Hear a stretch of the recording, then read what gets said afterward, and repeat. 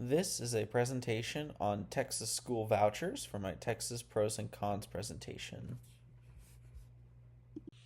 So, what are school vouchers? Well, school vouchers are publicly funded scholarships that families can use to help cover the cost of private education, whether that be private school, charter school, or homeschooled. These are currently available in 15 states, plus Washington, D.C., and Puerto Rico. Around 350,000 students in the United States currently take advantage of this system as of 2024 and 2025. And these vouchers can be either traditional vouchers or set up in special education savings accounts.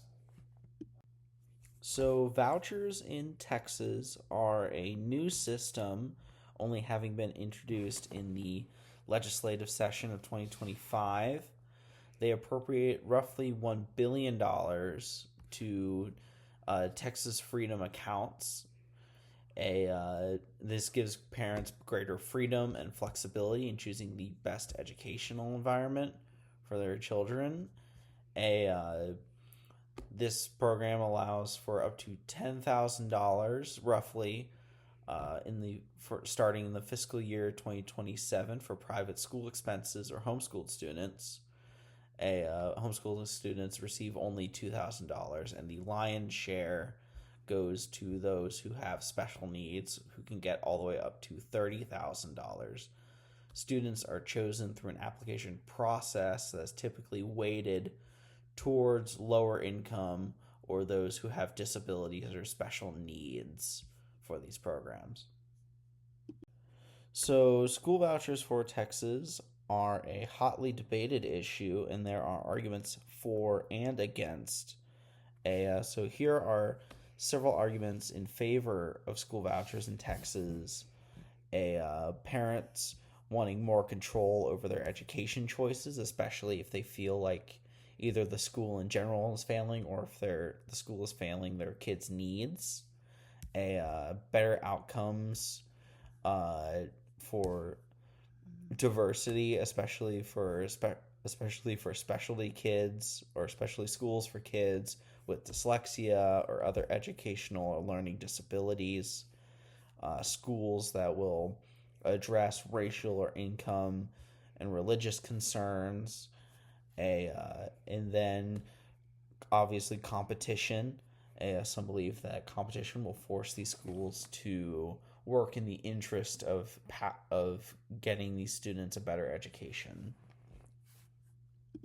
So, in most conservatives, but not all, support a school voucher program. And interestingly enough, many groups that aren't traditionally conservative or support conservative policy also support the school voucher program. This figure from the Cato Institute from 2019 in Vermont shows a wide level of support among very different groups, including those with income less than $20,000, African Americans, both Republicans and moderate Democrats, white and Latino voting demographics, and high school grads.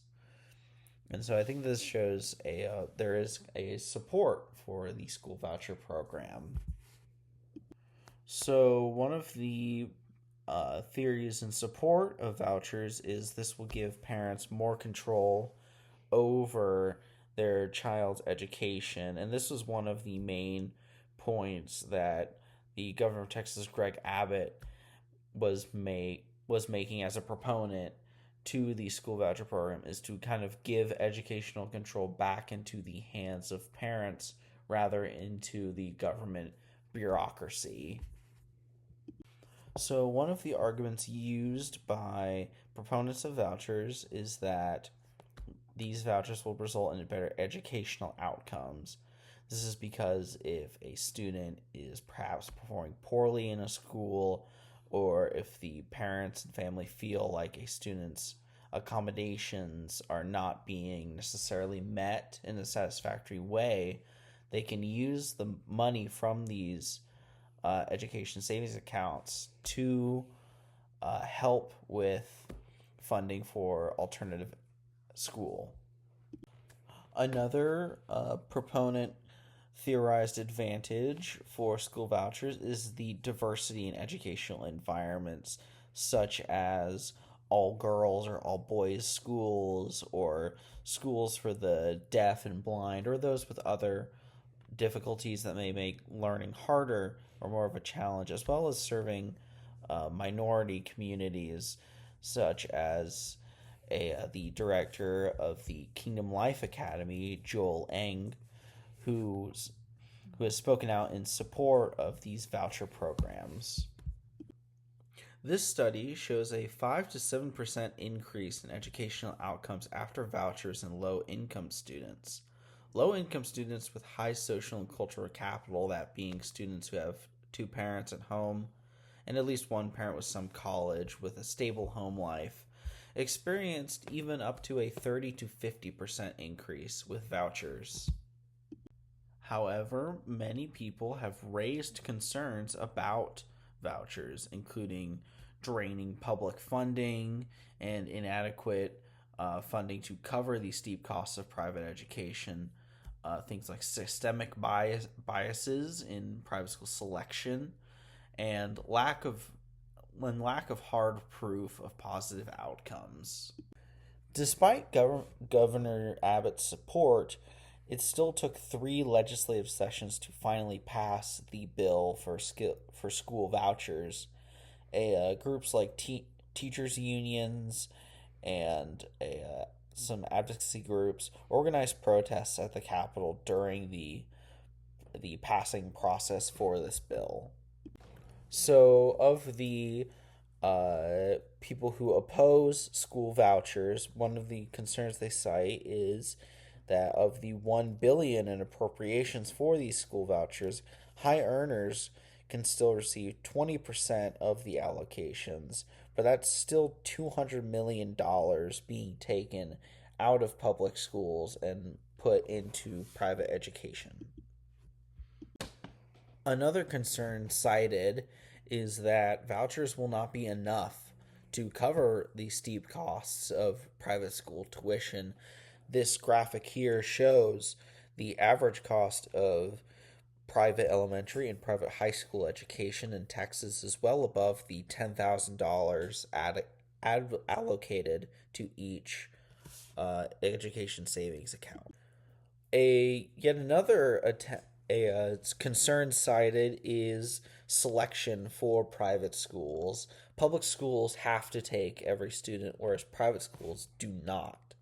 And of the nearly 1,300 private schools in Texas, less than 10% of these private schools report having a mostly minority population, according to a Project Publica study. And finally, as a counterpoint, some suggest that these vouchers will not result in a positive academic outcome for students. Several studies have shown that students who receive vouchers often do not have any added benefit from them. In fact, a recent study from Louisiana and Indiana has even found that they have more negative impacts from vouchers than positive ones. And especially those in the Black and Latino communities seem to not have any benefit from these public voucher programs. While you check out my bibliography, it is important to note that Texas school voucher program will be the biggest ever in the history of the United States. As this program plays out over the next few years, Texas school children will be the guinea pigs for seeing how vouchers affect education.